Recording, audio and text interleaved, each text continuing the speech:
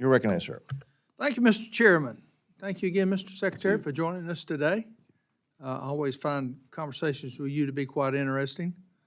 Last time when you appeared before us, this committee, which was last year, obviously, we discussed President Lopez Obrador's military invasion of the Vulcan Material Company's port in the property of Mexico, and we had quite an extensive conversation. I talked about my trip into Mexico, into Central America, trying to understand what's going on there. And of course, things have not changed much. But as you know, the military has since left after taking it by military force.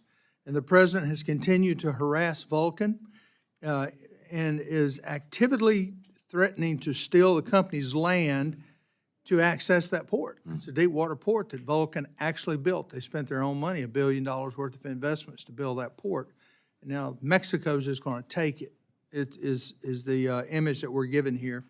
Last year, we agreed these type of actions would have a chilling impact on the bilateral relationship and future with U.S. investments in Mexico. Considering the ongoing situation, what message would you send to the president and the next president of Mexico and the U.S. business community? Thank you very much. Yes, I remember well our conversation about this last year, and I'd say two things. First, Vulcan, I believe, has filed an arbitration case with under NAFTA, which is pending, and so I can't take a position on the merits of the case, which is pending. I can say that as a general matter, these cases, these instances, yes, can very much negatively impact Mexico's efforts to attract investment from the United States, and by the way, from many other countries as well. So we think it's very important that Mexico take that into consideration because it will have an impact on what they seek to do, which is to bring in more investment. But on the particular matter, let's see where the case goes before the arbitration panel. Well, and as you say that, American-based companies are losing a lot of money.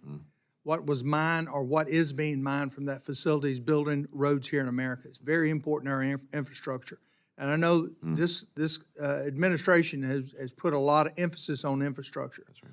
Why do we not support our American businesses more? Why aren't we letting the avocados and the fruits and vegetables sit at the border for a little while and let them figure out time frame? Because waiting a year, 2 years, 4 years for a court to work it out is not working. It's not working at all.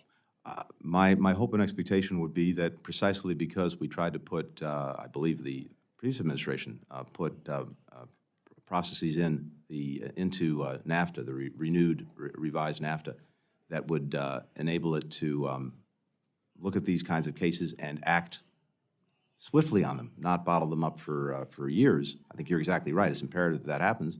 But there is a mechanism. There is an understanding about how we try to resolve these disputes. And that should play out, but it should, I agree with you, play out quickly. Meanwhile, we have our diplomats all over the world engaged every single day in commercial advocacy, commercial diplomacy, trying to resolve disputes, trying to make sure that our businesses, our workers are being treated fairly around the world. It's a critical part of their mission, and whether that's in Mexico or any other place around the world where the United States and our businesses are engaged, that's what our folks are there for every single day. And we, of course, will look at whatever measures are appropriate to try to make sure that we're being treated fairly with a level playing field. Well, if the president of Mexico will do this to Vulcan Materials, they'll do it to anyone. And I highly encourage business communities in America that's looking at doing business down there to stop and think, because they may be next. Thank you. With that said, Mr. Chairman, I yield my time. Well, thank you, Mr.